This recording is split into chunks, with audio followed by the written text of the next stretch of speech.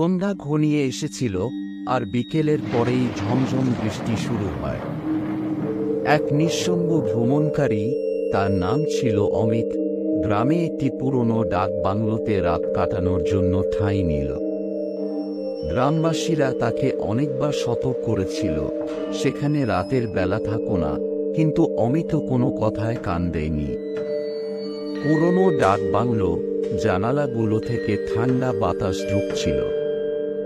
অমিত বুঝতে পারল এখানে কিছু একটা ঠিক নেই, কিন্তু সে নিজের সাহসী মন নিয়ে ঘরের ভেতরে ঢুকে পড়ল। রাত গভীর হতে না হতেই হঠাৎ করে সে শুনতে পেল দরজায় কারো থাবা দেওয়ার শব্দ।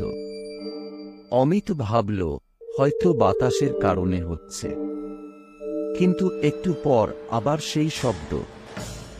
এবার যেন দরজা পুরো খুলে যাবে। সাহস সঞ্চয় করে অমিত দরজা খুলল, কিন্তু দরজা খোলার সাথে সাথে কিছুই নেই। বাইরে কুয়াশা আর অন্ধকার। হঠাৎ করে পেছন থেকে শীতল বাতাস এসে তার ঘাড়ে ছুঁল এবং সে শুনল কারো নিঃশ্বাস ফেলার শব্দ।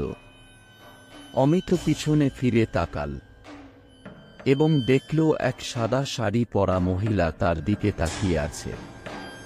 তার চোখ দুটি ছিল হিমশীতল, মুখে কোনো আবেগ নেই, শুধু নিঃশব্দে তাকিয়ে আছে। মহিলাটি ধীরে ধীরে তার দিকে এগিয়ে আসতে লাগল।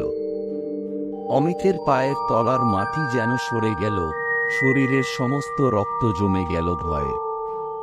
কিছু বুঝে ওঠার আগেই সেই মহিলাটি হঠাৎই অদৃশ্য হয়ে গেল। অমিত জানত এখানে আর থাকা যাবে না। সে পালানোর চেষ্টা করল, কিন্তু সেই মহিলার চুল যেন তার পায়ে পেঁচিয়ে ধরল। অমিত চিৎকার করে উঠল, কিন্তু সেই চিৎকার এই কুয়াশায় হারিয়ে গেল।